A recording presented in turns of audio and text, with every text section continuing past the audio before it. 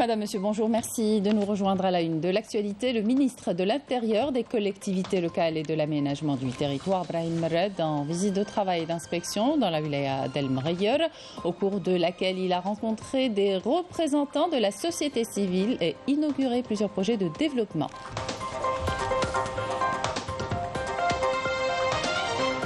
Le ministre de l'Énergie et des Mines, Mohamed Arka, poursuit sa visite de travail dans la wilaya d'Adrar où le programme de Sonelgaz vise à raccorder 44 exploitations agricoles dont le taux de réalisation avoisine les 80%.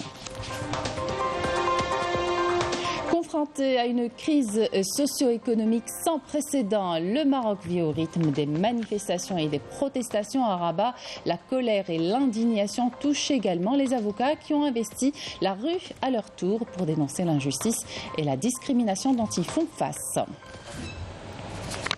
Bienvenue à tous. Le ministre de l'Intérieur, des collectivités locales et de l'aménagement du territoire, Brahim Mered, a rencontré hier soir les représentants de la société civile d'El Mghayr et a écouté leurs préoccupations liées à l'état du développement local dans cette nouvelle wilaya. La rencontre est intervenue au terme de sa visite de travail et d'inspection de la wilaya, au cours de laquelle il a inauguré plusieurs projets de développement. Les détails de cette visite avec Yanis. Lors de sa visite de travail et d'inspection dans la wilaya d'El Mghayr, le ministre de l'Intérieur, des collectivités locales et de l'aménagement du territoire, Brahim Mered, a donné le coup d'envoi du projet de réalisation du réseau d'assainissement de plusieurs agglomérations, a assisté à une présentation sur la mise en œuvre du projet d'augmentation de la capacité de distribution du gaz naturel et a également inspecté le projet de réalisation d'un hôpital d'une capacité de 120 lits et de la route nationale 3, tout en rappelant l'importance de délivrer les projets dans les plus brefs délais. Bien évidemment, cela va sans dire qu'il y a un accompagnement du gouvernement, surtout en ce qui concerne le secteur de l'agriculture. On ne doit plus importer et payer en devises. Il est préférable d'avoir notre propre production et d'assurer notre autosuffisance alimentaire. Lors de sa visite, Brahim Mered a rencontré les membres de la société civile, a écouté leurs doléances et a mis l'accent sur l'importance de rapprocher le citoyen des centres de prise de décision et à en faire un véritable partenaire dans la réalisation du développement durable.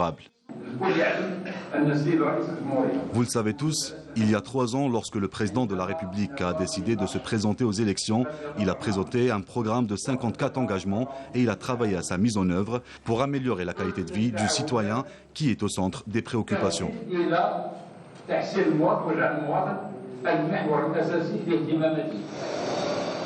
Le ministre de l'Intérieur, des collectivités locales et de l'aménagement du territoire, Brahim Mered, a rappelé la forte volonté politique exprimée par le président de la République pour asseoir un développement local durable à travers un accompagnement permanent à tout effort créateur de richesses et générateur d'emplois en faveur des jeunes. Le ministre de l'Énergie et des Mines, Mohamed Arka, poursuit sa visite de travail dans le sud du pays. Il était hier à Adrar, où il a indiqué que pour cette wilaya, le programme de Sonelgaz vise à raccorder 44 exploitations agricoles dont le taux de réalisation avoisine les 80%. À cette occasion, Arka a posé la pierre angulaire du projet de réalisation d'une centrale électrique de 220 kW dans la région de Tamentit, dont l'entrée en service est prévue en mars 2023, soulignant que ce projet renforcera et sécurisera l'approvisionnement de l'énergie électrique aux citoyens, industriels et agricoles d'Adrar. Je vous propose de l'écouter. Notre objectif est que la wilaya d'Adrar devienne un vrai pôle industriel et agricole, d'où le lancement de tous ces projets, en particulier ce projet appelé à renforcer et sécuriser l'approvisionnement de l'énergie électrique aux citoyens, aux industriels et aux agriculteurs de la wilaya d'Adrar. Un projet sorti de terre en à peine 8 mois grâce à des machines produites en Algérie, des ingénieurs et des compétences nationales.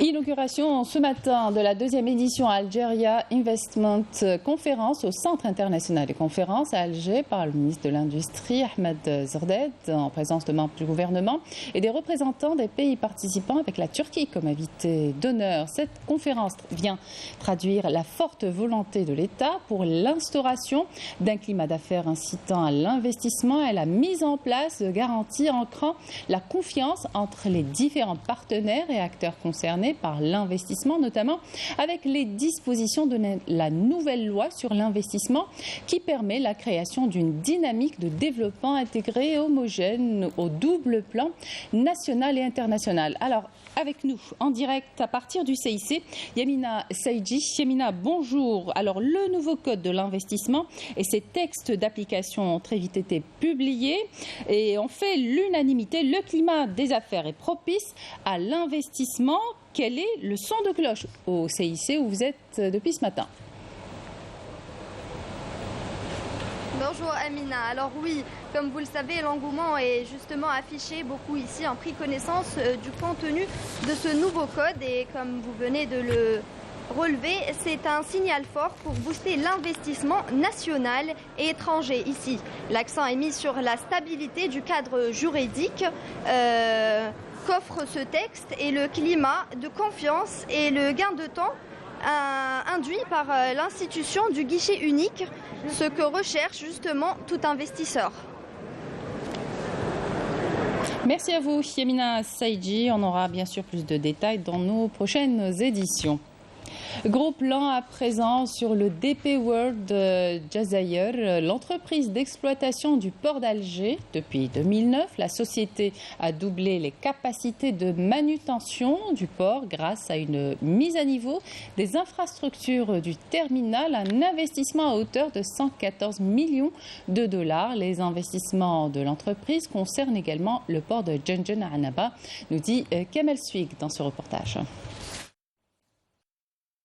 Ce sont des investissements qui ont coûté 114 millions de dollars depuis 2009 et qui viennent renforcer les capacités portuaires du port d'Alger, ce qui a permis au port de devenir le premier terminal à conteneurs du pays. Le développement du terminal a permis à réduire le séjour des navires à quai et à éliminer la durée des navires en rade. Ça, c'est en premier plan.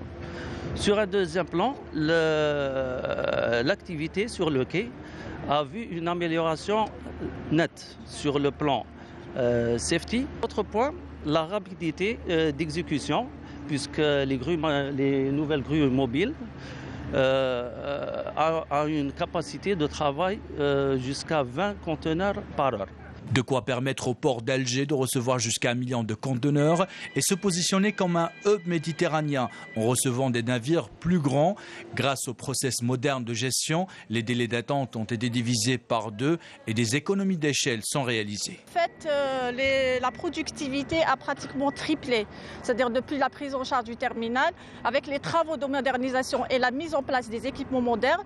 Et surtout le traitement des opérations par système, c'est-à-dire les TOS, Terminal Operating System. Et ça a permis de tripler la productivité de 8 mouvements à l'heure jusqu'à presque plus de 20 mouvements à l'heure. Le port de Djenjen a lui aussi connu une véritable transformation, des quais refaits et modernisés avec un objectif affiché, en faire un hub méditerranéen et africain. L'Agence nationale de la conservation de la nature s'associe à la FAO pour la gestion durable des plantes aromatiques et médicinales dans les zones pré-sahariennes et sahariennes. Le but, préserver ces espèces végétales et les valoriser en luttant contre la pollution. Jessia Bayou. Une quarantaine d'experts et de chercheurs dans le domaine botanique et forestier ont pris part à cette journée de formation sur le terrain pour l'élaboration d'un inventaire des plantes médicinales et aromatiques à préserver. Cette formation rentre dans la formation des cadres de l'ANN dans l'élaboration de la liste, la liste rouge des espèces menacées et quels sont les critères d'établir la liste rouge. Je trouve que c'est la journée qui est très importante parce que le moment qu'on est tous confrontés à tous les chocs climatiques et on cherche les solutions pour préserver la biodiversité qui sera plus résiliente par rapport à tous les chocs qui viennent climatiques ou industriels, aux pollutions ou d'autres. Mais on peut dire aussi que la bonne gestion, c'est peut-être la meilleure préservation, c'est la meilleure façon de préserver la biodiversité. Consciente des enjeux liés à la biodiversité, l'ANN, l'Agence nationale de la conservation de la nature, a fait appel à l'assistance technique de la FAO, l'Organisation des Nations Unies pour l'alimentation et l'agriculture, pour le financement et la mise en œuvre du projet ZIPAM. Un projet qui vise la promotion de la gestion durable des zones d'intérêt pour les plantes aromatiques et médicinales, mais aussi et surtout la préservation des écosystèmes. Pendant cet atelier de 4 jours, nous donnons des indications aux participants sur des outils qui permettent de standardiser, d'une part, les menaces qu'il y a sur les espèces, sur la flore, d'autre part, celles qu'il y a sur les écosystèmes, et enfin, comment est-ce qu'on identifie les zones les plus importantes pour la biodiversité, notamment pour la biodiversité végétale. L'équipe des experts FAO qui sont venus dans le cadre du projet ZIPAM renforcer un peu les connaissances et les compétences des cadres institutionnels, des experts aussi, comme nous, afin de pouvoir nous donner des outils qui nous permettraient d'actualiser la liste des espèces menacées qui date aujourd'hui de 2012 et qui n'a pas été renouvelée. Et donc ces outils ne sont pas simplement des outils pour faire des inventaires, mais aussi ce sont des outils qui vont nous permettre de gérer des zones potentielles renfermant des plantes qui ont un intérêt futur. Renforcer le savoir de nos chercheurs par la technicité des experts étrangers dans le domaine botanique et forestier contribuera sans aucun doute à la préservation des écosystèmes et de la biodiversité en Algérie. Éducation, plus de 5 millions d'élèves du cycle primaire bénéficieront gratuitement à partir de demain du livre numérique qui concerne toutes les classes de l'enseignement primaire, notamment les classes préparatoires, un support numérique de toutes les matières, notamment la langue arabe, amazigh, le français et l'anglais. En somme, 44 titres accessibles sur tous les supports numériques disponibles sur l'espace consacré aux parents, éducation.gov.dz. Sinon, pour les parents qui ne sont pas membres de cet espace, il va falloir vous rapprocher de l'établissement éducatif de votre enfant pour avoir le code d'accès. Et puis sachez enfin que cette mesure entreprise par le ministère de l'Éducation nationale vient en application du plan de travail du gouvernement qui émane du programme du président de la République, Abdelmajid Tebboune.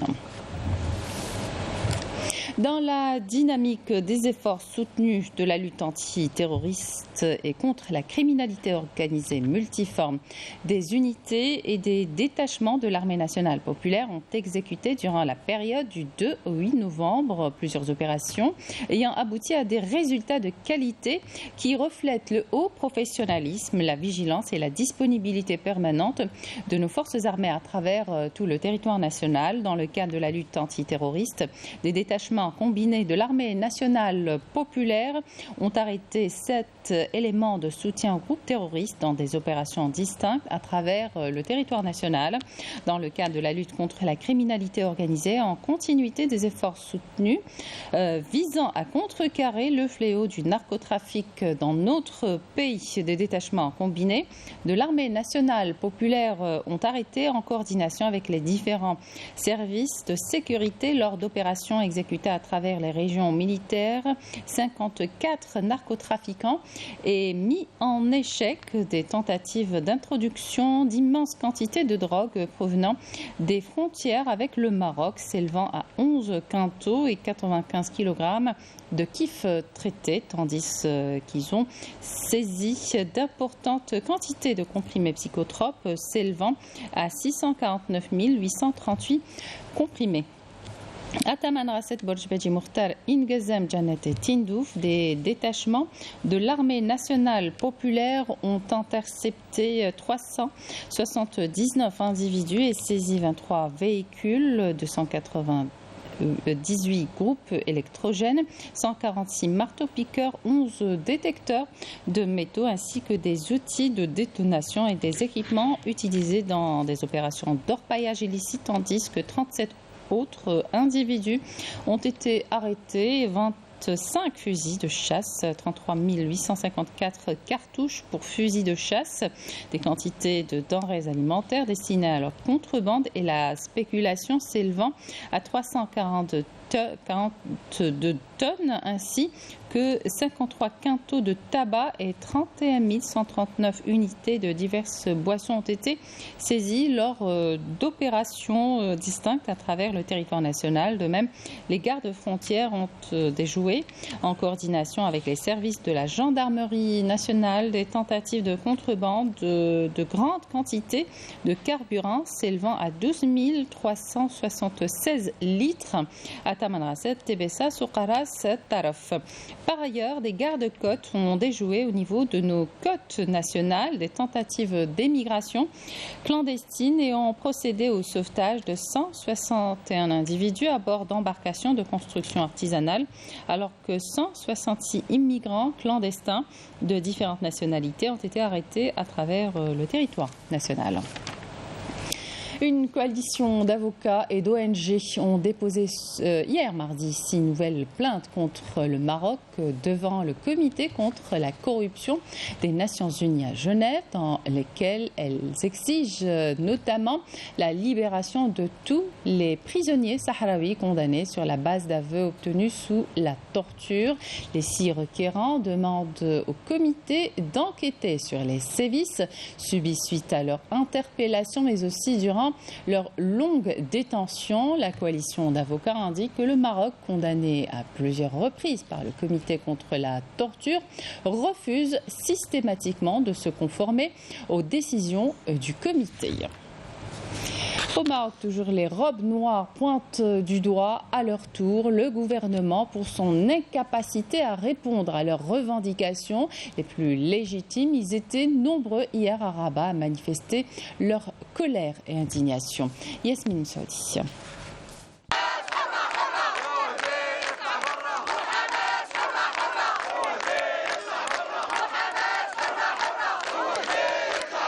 Confronté à une crise socio-économique sans précédent, le Maroc vit au rythme des manifestations et des protestations. Un mouvement qui touche plusieurs secteurs névralgiques. Cette fois-ci, ce sont les avocats qui ont investi la rue à leur tour pour dénoncer l'injustice et la discrimination auxquelles ils font face.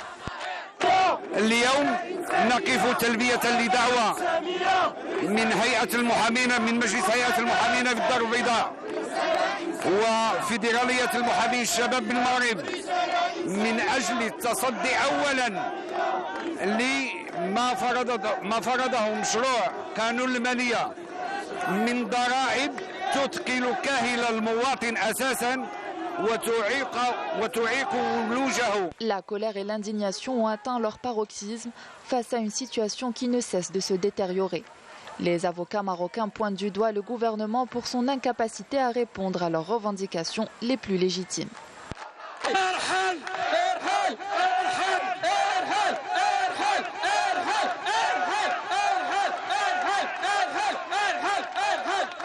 اليوم رسالة قوية للحكومة وللبرلمان. هذه المقتضيات التي نعتبرها غير دستورية وتضر بالدرجة الأولى بالمواطنين. المسار النضالي ما زال مستمر.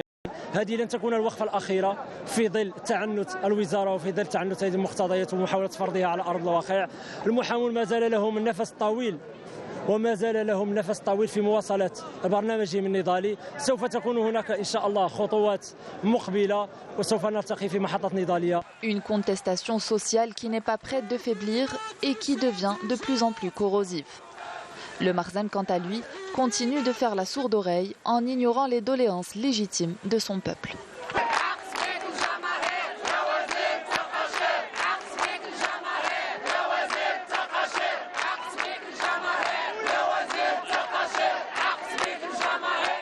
En Palestine, des dizaines de colons fortement protégés par les policiers de l'occupation sioniste ont à nouveau envahi hier les esplanades de la mosquée d'Al-Aqsa en effectuant des tours de provocation. Selon l'agence palestinienne de presse, l'occupation sioniste tente d'empêcher les Palestiniens de pratiquer leur droit de culte alors que les colons sont autorisés à pratiquer librement leur rituel talmudique. Football, le leader du championnat de Ligue 1 de football, le CS Constantine et son dauphin, le CR Belouizdad, livreront un duel à distance à l'occasion de la première partie de la 11e journée ce mercredi. Et puis, Coupe de la Confédération, l'USM Alger, dernier représentant algérien en Coupe de la Confédération africaine de football, accueille ce mercredi les Sud-Africains de Cape Town City au stade du 8 mai 45 de Sétif à 18h avec l'intention de valider son ticket pour la phase de poule à l'occasion du deuxième tour préliminaire additionnel retour. Et puis cette information qui devrait vous intéresser, Air Algérie annonce l'ouverture d'une ligne directe reliant Paris à Djanet. Le premier vol aura lieu le 17 décembre prochain, vol introduit suite à un accord signé avec le tour opérateur mondial Point Afrique en partenariat avec l'Office national du tourisme. Et c'est justement depuis Djanet que le ministre du Tourisme a donné cette semaine le coup d'envoi de la saison du tourisme saharien 2022-2023. Yassine Hamadi a mis en exergue l'impératif de relancer le secteur et faire du tourisme saharien notamment un segment stratégique créateur de richesse. Ibrahim Belkhir, Yasmine Soudi. Joyau du sud algérien, Djanet est l'une des destinations les plus prisées par les touristes locaux et étrangers. Ils sont nombreux à venir profiter de la beauté et de la splendeur des sites touristiques et archéologiques dont regorge la région.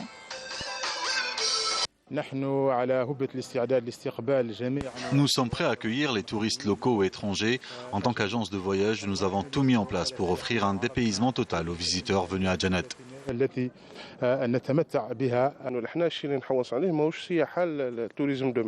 Notre but n'est pas de faire du tourisme de masse. Nous veillons à assurer un tourisme de qualité et sélectif pour offrir aux visiteurs un traitement à la hauteur de leurs attentes.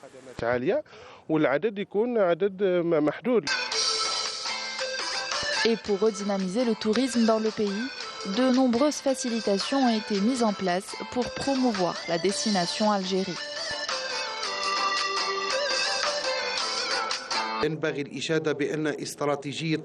Développer le tourisme local est l'une des priorités du président de la République, Abdelmadjid Tebboune, pour exploiter les diverses potentialités d'entre celles l'Algérie et en particulier le sud du pays. Un patrimoine qui suscite l'intérêt des touristes, aussi bien locaux qu'étrangers, de plus en plus nombreux à venir à sa découverte et à profiter des paysages féeriques qu'offre le sud du pays. Et c'est la fin de cette édition. Merci de votre attention. Tout de suite, les prévisions météo avec Mina Abed. Excellente suite de programmes sur Canal Algérie.